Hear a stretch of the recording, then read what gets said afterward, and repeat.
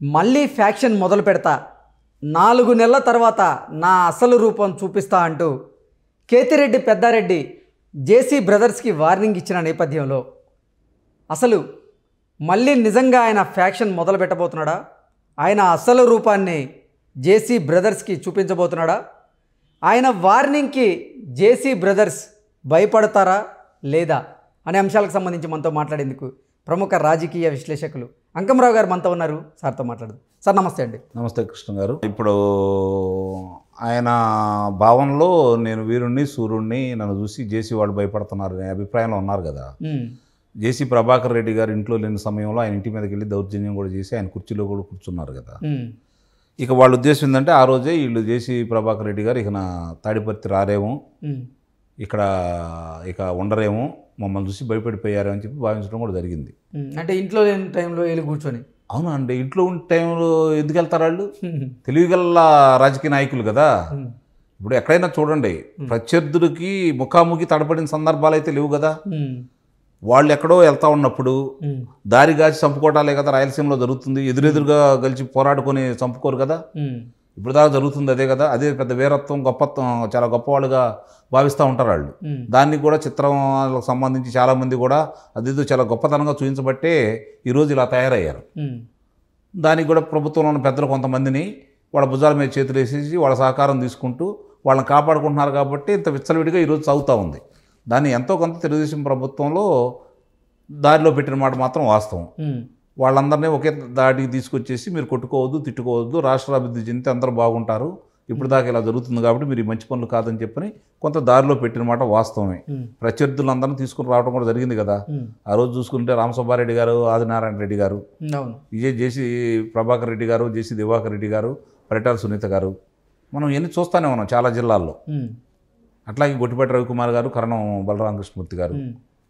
ఒకటి కాదు, మనం బారుగా చూసుకుంటా వస్తే రాష్ట్ర వ్యాప్తంగా కూడా గొడవలు లేకుండా రాష్ట్ర అభివృద్ధి కోసం అందరిని కలిసి పొమ్మని చెప్పి ప్రయాణం చేసుకుంటూ వెళ్ళారు. దాన్ని ఇష్టం లేని కొంతమంది వ్యక్తులు బయటకు వెళ్ళారు. దాన్ని తెలుగుదేశం ప్రభుత్వం అదుపులో పెట్టింది. ఈ ప్రభుత్వం వచ్చిన తర్వాత అరాచకం ఎలా పెరిగిందో ప్రశ్నించే వాళ్ళని చూసుకుంటామంటే అంటే వాళ్ళు ఎంతో కొంత సమన్వయం పాటించారని భావించాలి కొన్నిసార్లు తప్ప. వాళ్ళు ఏంటంటే భయపెట్టాలని చూసుకున్నారు, కొంతమందిని తొడముట్టించడం కూడా జరిగింది. ఇట్లా ఈ క్రమంలో ఆ రోజు భయపెట్టాలని చూశాడు జేసీ ప్రభాకర్ రెడ్డి గారిని. భయపెట్టే క్రమంలో ఆయన వచ్చాడు, తిరిగి మళ్ళీ మీసం మెలేసాడు, తొడగొట్టి నిలబడ్డాడు, అక్కడే కూర్చున్నాడు, మున్సిపల్ చైర్మన్ అయ్యాడు. ఈరోజు తన తడాకేందో చూయించాడు.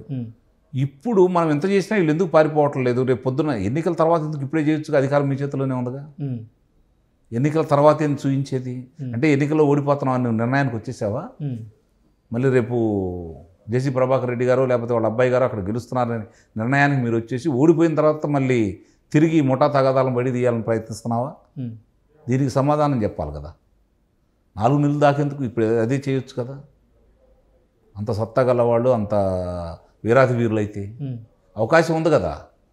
ఇప్పుడు ఎవరి మీద లేనికి ఆయన మీద అభియోగాలు ఉన్నాయి కదా. ఆయన నిర్బంధం చేయడం కూడా జరిగింది కదా. ఈ వయసులో ఆయన ఏం చేయాలో అవన్నీ చేశారు కదా. అయినా సరే ఆయన పారిపోలేదు కదా. తెలుగుదేశం పార్టీ వాళ్ళకి అందరికి కూడా ఆయన చూసి కొంత నేర్చుకోవాలి. గతంలో ఏ పార్టీలో ఉండా ఈ పార్టీకి వచ్చిన తర్వాత పార్టీ విషయాల్లో కావచ్చు, అధినాయకుడిని ఎవరైనా మాట్లాడితే ఆయన తిరగబడ్డ విధానం కావచ్చు, స్థానికంగా ఆయన మీద ఇన్ని దౌర్జన్యాలు జరుగుతున్నా ఆయన పోరాడే విధానం కావచ్చు, చాలామంది నేర్చుకోవాలి. అది మామూలు విషయం కాదు. తట్టుకున్నాడంటే నిజంగా ఆయనకి అభినందించాల్సింది. ఓకే, అలాంటి వ్యక్తి మీద ఈరోజు ఈయనేదో అంటే భయపడే మనిషి అయితే కాదు కదా జేసీ ప్రభాకర్ రెడ్డి. ఆయన్ని ఢీ కొట్టాలి అంటే దానికి తగిన వ్యక్తి వాళ్ళిద్దరికీ ఎప్పటి నుంచో ఉంది. ఈరోజు అధికారం మీ చేతిలో ఉంది, గతంలో వాళ్ళ చేతిలో అధికారం ఉంది. రేపు పొద్దున వాళ్ళ అధికారంలో వస్తారనుకుంటున్నారు. ఆ రోజు కనుక మీరు మాట్లాడితే అది మీ ధీరత్వం, మీ గొప్పతనం. రేపు మీరు ఓడిపోయిన తర్వాత తెలుగుదేశం పార్టీ అధికారంలోకి వస్తే ఆ రోజు అదే తాడిపత్రి నడిగడ్డ మీద నుంచొని ఆ రోజు నేను ఇట్లా చెప్పాను కాబట్టి ఇదిగో ఈరోజు ఇక్కడ నిలబడ్డాను, నా వీరత్వాన్ని చూపిస్తున్నాను, నువ్వు ఉంటే రా అని చెప్పాను. ఆ రోజు మాట్లాడితే నిజమే కావాలా, ఈయన ఇంత గొప్పవాడు కావాలని మనం మాట్లాడుకుందాం. అప్పుడు దాకా మనం వెయిట్ చేయాల్సిందే. దానివల్ల ఆయన మాట్లాడారని చెప్పని ఈ అధికారంలో ఇప్పుడు చేయలేని తర్వాత ఏదో చేస్తాడని మనం ఎక్కువగా ఊహించుకోవడం కూడా వాస్తవం కాదేమో అనేది నా అభిప్రాయం. ఓకే సార్, అధికారాన్ని అడ్డం పెట్టుకొని లేదా ముఖ్యమంత్రి జగన్మోహన్ రెడ్డి గారిని అడ్డం పెట్టుకొని మళ్ళీ ఫ్యాక్షన్ మొదలు పెడతా అంటూ కేతిరెడ్డి పెద్దారెడ్డి ఆ వ్యాఖ్యలు చేసి ఉండొచ్చా, లేదంటే అసలు ఏ ధైర్యంతో అటువంటి వ్యాఖ్యలు చేసి ఉంటారు? అంటే ఫ్యాక్షన్ని నిలువరించేందుకు ఇప్పటివరకు వచ్చినటువంటి ముఖ్యమంత్రులు కూడా వారి దైన శైలిలో ప్రయత్నం చేస్తున్నాము అంటూ కూడా చెప్తున్నటువంటి నేపథ్యంలో ఈయన బాహాటంగా ముందుకొచ్చి నా ఫ్యాక్షన్ని మళ్ళీ మొదలు పెడతా, నా అసలు రూపాన్ని 4 నెలల తర్వాత మీకు చూపిస్తా అంటూ బాహాటంగా చెప్తున్నటువంటి సందర్భంలో దేన్ని చూసి ఆయన అటువంటి వ్యాఖ్యలు చేస్తున్నారు అంటే ఏం చెప్తారు? అదేనండి, ఆయనకి ఓటమి భయం పట్టుకుంది. పార్టీ శ్రేణులను భయపెట్టాలంటే మళ్ళీ మేము అధికారంలో రాబోతున్నాం, మీకు ఏది చేయాలో అది చేస్తాము, మళ్ళీ నేను ఫ్యాక్షన్ మొదలు పెడతాను, నా ముఠా ఆ రోజు నేను ముఠా నాయకుడిగా ఎలా ఉన్నానో, గతంలో మేము విధమైనటువంటి పోరాటం చేశాము అదే చేయబోతున్నాను అని చెప్పని ఆయన హెచ్చరిక చేశాడు. ఎందుకోసం? గెలుపు నుంచి తప్పించుకోవడం కోసం.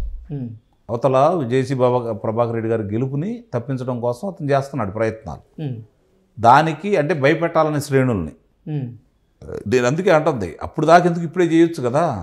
అంటే ఇది కక్షతో కూడిందా లేదంటే వాళ్ళిద్దరు రాజకీయ వ్యూహంతో కూడిందా? రాజకీయ వ్యూహం. రెండోది ఏంటంటే మళ్ళీ గెలవాలనే తపన.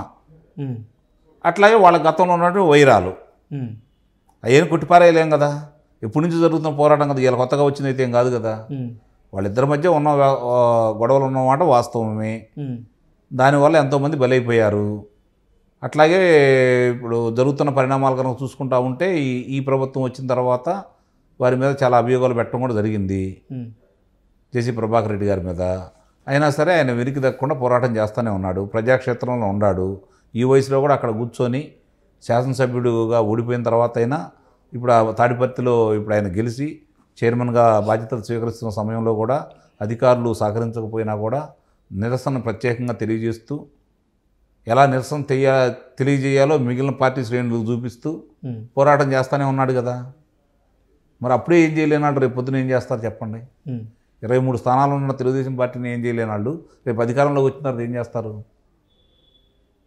నిజంగా తెలుగుదేశం పార్టీ వాళ్ళు అధికారంలోకి వచ్చిన తర్వాత కూడా ఈయన చేస్తే ఆ రోజు మనం మాట్లాడుకోవాలి. ఇప్పుడు గతంలో వాళ్ళిద్దరికున్న వైరాలు మనకు స్పష్టంగా తెలుసు. జరుగుతున్న ఎంతమంది అక్కడ ఆహుతి అయ్యారో ప్రజలందరికీ తెలుసు. ఎన్ని గొంతుకులు అక్కడ తెగిపడ్డాయో మనకందరికీ తెలుసు. కొత్తమీ కాదు కదా. ఇది ప్రజాస్వామ్యానికి మంచి పద్ధతి అయితే కాదు కదా. సార్, మరి వీళ్ళిద్దరి రాజకీయ పోరులో రానున్న ఎన్నికల్లో ఎవరు గెలిచే అవకాశం ఉంది అంటే ఏం చెప్తారు?